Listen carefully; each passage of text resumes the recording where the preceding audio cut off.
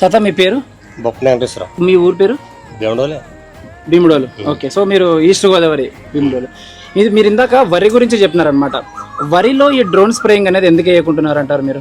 ఇంకా అలవాటు లేక మేము మామూలు స్ప్రేలు అంటే మీకు డ్రోన్ స్ప్రేయింగ్ గురించి చెప్పడానికి ఐడియా ఉందా? అంటే డ్రోన్స్ వచ్చి ఇట్లా స్ప్రే చేసి చూసాం, టీవీలో చూసినదే, ఇక్కడైతే ఫీల్డ్ లో చూడలేదు అనమాట. సో మీరు ఇక్కడ చూడండి, డ్రోన్ బుకింగ్ పాయింట్ అనేది కేంద్రం అనమాట. మన క్రాపింగ్స్ కంపెనీ ఏం చేస్తుందంటే, మీరు నాప్సాక్ స్ప్రే వేసుకొని స్ప్రే చేస్తారు, ఎంత గంట సేపు స్ప్రే చేస్తారు, ఇట్లా మూతికి బట్ట పెట్టుకొని కూడా చేస్తారు. దాని వల్ల పురుగులు చచ్చిపోతున్నాయి అంటే సంవత్సరాల కొద్ది కొడుతూనే ఉన్నాం, వస్తూనే ఉన్నాయి.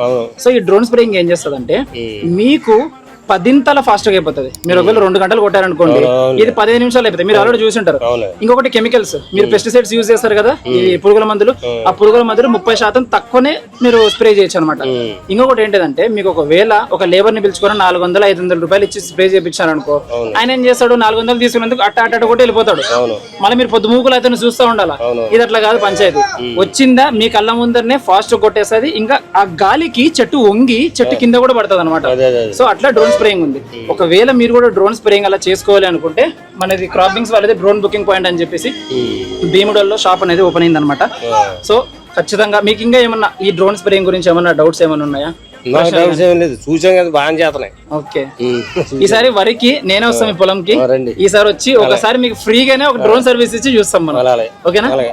నమస్కారం. Thank you so much.